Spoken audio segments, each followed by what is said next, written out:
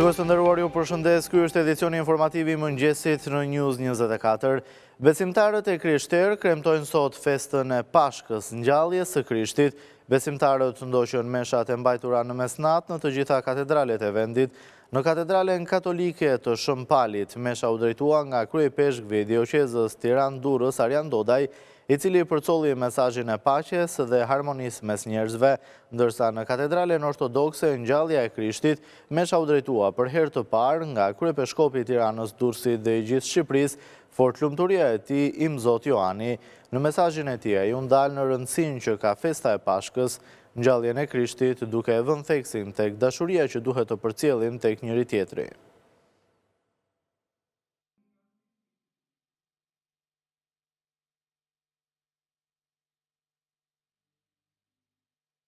Arjan Dodaj, kryepeshkvi i dioqezës Tiranë-Durrës, në mesazhin e urimit për besimtarët, bëri thirrje për të ringjallur shpresën për një të ardhme me plot jetë, duke u bërë bashkë dhe promovuar kulturën e punës së ndershme. Mesazhi dhe angazhimi i parë, jo vetëm i fesë, por edhe i çdo institucioni shqiptar duhet të jetë pro institucionit më të hershëm dhe të domosdoshëm, që është institucioni hyjnor i jetës dhe i familjes. Zoti e krijoi njeriu burrë e grua, i bekoi dhe u tha: shtohuni e shumohuni, mbusheni tokën dhe sundojeni atë.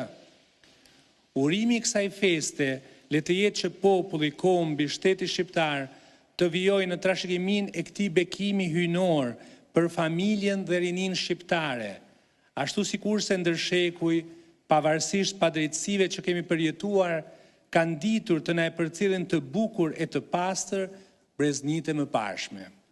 Të bëhemi bashkë atëherë për të promovuar kulturën e punës së ndershme, që është fryti i njeriu që nuk e ka më të varrosur ndërgjegjen.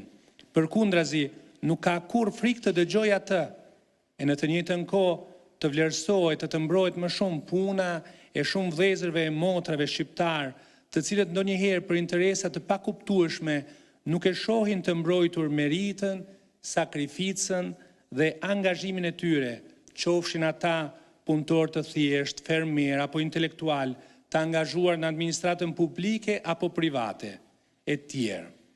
Dhe të bëjmë në mënyrë që Shqipëria të jetë e të gjithëve, me pasuritë e saj mahnitse, të larmishme natyrore, shpirtërore, kulturore, artistike, etnologjike, arkeologjike, shumë të tjera, sepse në këto vite jo rrallëherë, për përfitimin e një pakice, kemi humbur visare që nuk kthehen më.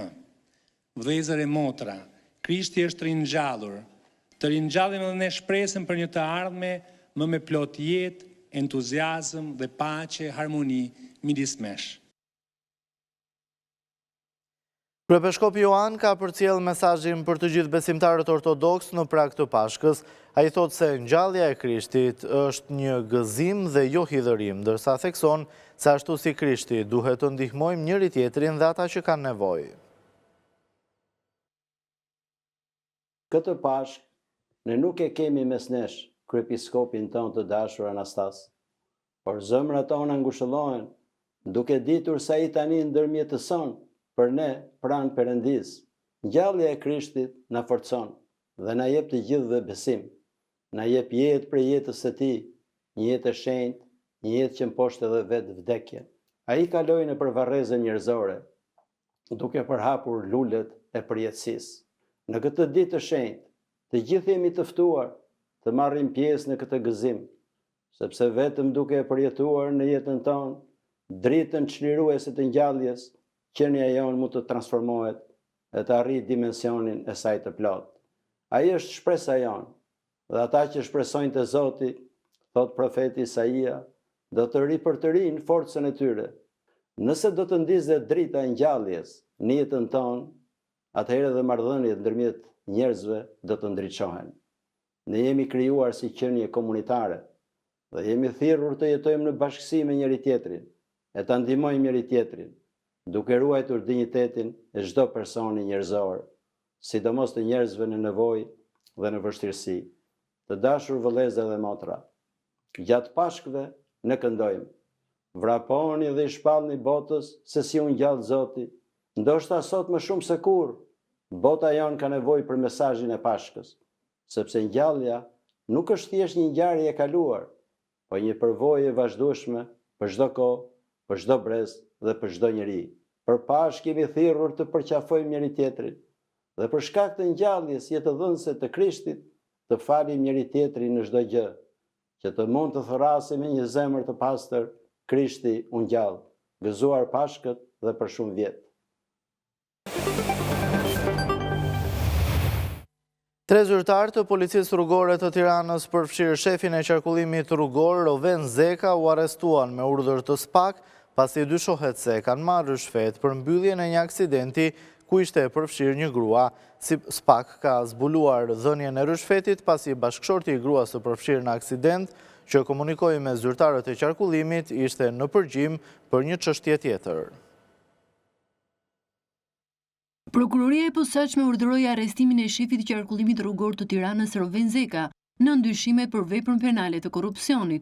Urdhër arresti nga SPAK u firmosën edhe për Sokol Novakun, shefi i sektorit të aksidenteve dhe Edison Tabakun, oficeri i qarkullimit rrugor të Tiranës. Nga hetimet e SPAK rezultoi se tre zyrtarët e policisë rrugore dyshohen se kanë marrë rishfet nga një grua e cila ishte përfshirë në një aksident. Nga të dhënat rezulton se bashkëshorti i saj ka hyrë në komunikime me zyrtarët e qarkullimit për të mbyllur çështjen e aksidentit. Ndërkohë ai ishte në përgjim nga prokuroria e posaçme për një tjetër çështje. Nga përgjimet ka rezultuar se bashkëshorti i gruas që u përfshi në aksidentin rrugor u ka ofruar para zyrtarëve të qarkullimit për të mbyllur çështjen në favor të gruas së tij. Pas lëshimit të urdhër arrestit, shefi i qarkullimit rrugor të kryeqytetit Roven Zeka është filmuar duke hyrë në drejtorinë e policisë së Tiranës, i shoqëruar nga një person tjetër.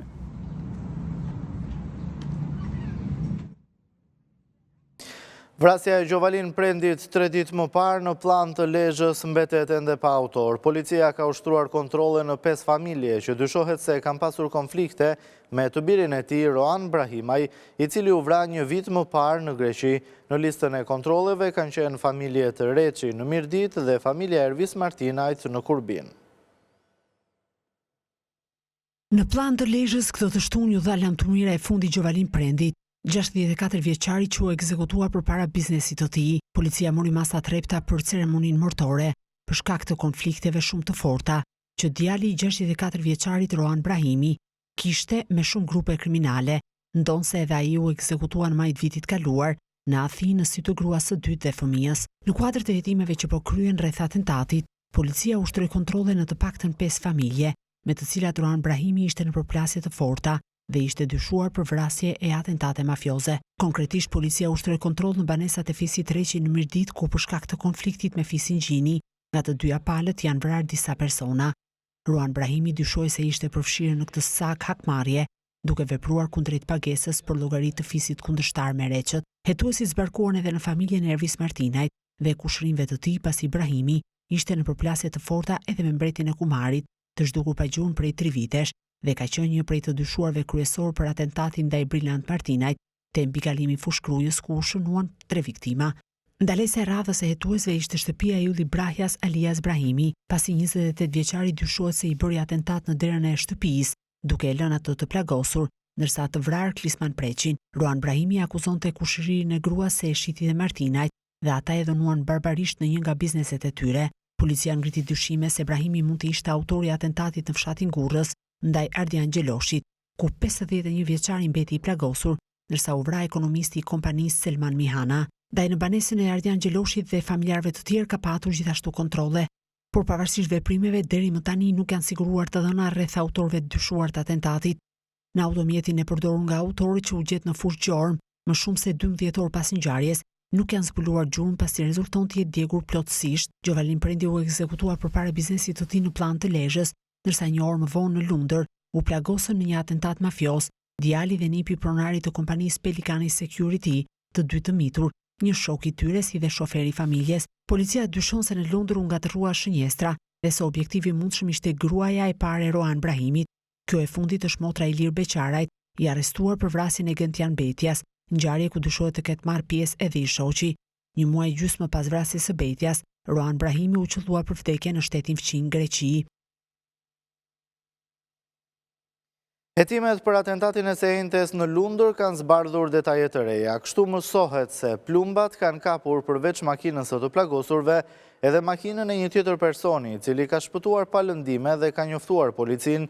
Policia gjeti edhe një motor të djegur në zonën e Mulletit që dyshohet se u përket autorëve të ngjarjes, po ashtu në pyetje është marrë edhe gruaja e Roan Brahimit. Përveç makinës së 4 të rinjve që u qellua me breshëri plumbash mbrëmjen e sejntës në Lundër, edhe një tjetër qytetar i rastësishëm që udhtonte me makinë atë kohë dhe në atë vend ju ka shpëtuar plumbave. Më 17 prill, rreth orës 21:30, një djalë i ri ka qenë duke udhtuar paralelisht me makinën e tij tip Ford në momentin kur ndaj makinës G-klas, ku udhtonin 4 të rinjt, u qellua me plumba. Makina e të riut ka marrë një plumb pranderës. I riu është larguar me shpejtësi dhe është futur në parkimin e një qendre tregtare, nga ku më pas ka njoftuar policin për atë çfarë kishte ndodhur. Ati është marrë dëshmia, por pavarësisht se ka qenë dëshmitar okular, thotë se nuk ka mundur të shoh apo të identifikojë autorët e ngjarjes. I riu ka deklaruar se gjithçka ka ndodhur shumë shpejt dhe ka ikur me nxitim nga frika e asaj që ndodhi. Policia thotë se autorët, të cilët dyshohet të kenë qenë 2 me motor, kanë pritur për një kohë të gjatë në zonën ku kanë prishur edhe një gard metalik afër rrugës kryesore për t'u fshehur.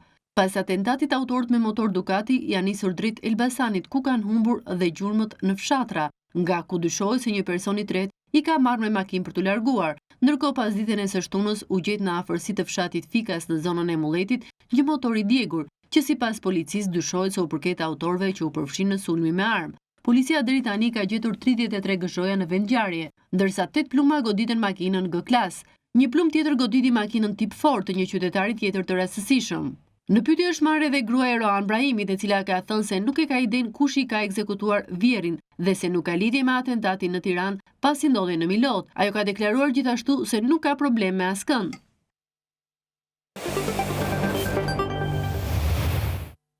Kryesocialisti Edi Rama kërkoi votën e qytetarëve të Maliqit për Partinë Socialiste në zgjedhjet e 11 majit. Sipas tij, në këto zgjedhje duhet një mbështetje fort për Partinë Socialiste në funksion të çuarjes përpara të agjendës së integrimit evropian të Shqipërisë.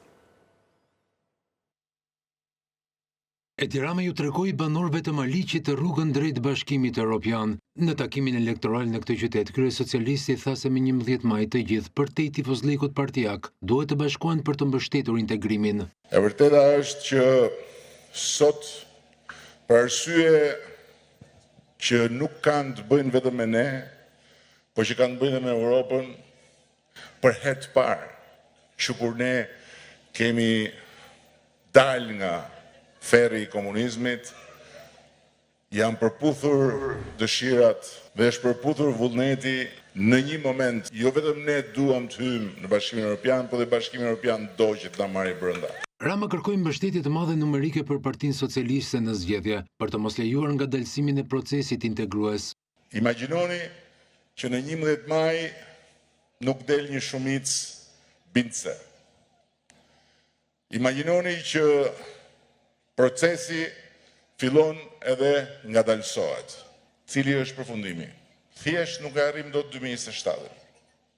Nëse ne humbasim jo një vit, jo një muaj, nëse ne humbasim një javë, 2027 vjet në rrezik. Nëse 2027 vjet në rrezik, atëherë dera mund të mbyllet. Dera mund të mbyllet sepse ajo derë e Bashkimit Evropian nuk është gjithmonë hapur. Hapet, futen disa vende, mbyllet. Mbyllet dhe mund mbyllet për i kohë gjatë. Është të çmenduri të mendosh të shkosh me kënetën me 11 maj, tha Rama. Zgjedhja e 11 majit nuk është një zgjedhje midis PS-s dhe kënetës. Që dhe kjo në vetvete është një çmenduri, ta mendosh që mund shkosh me kënetën.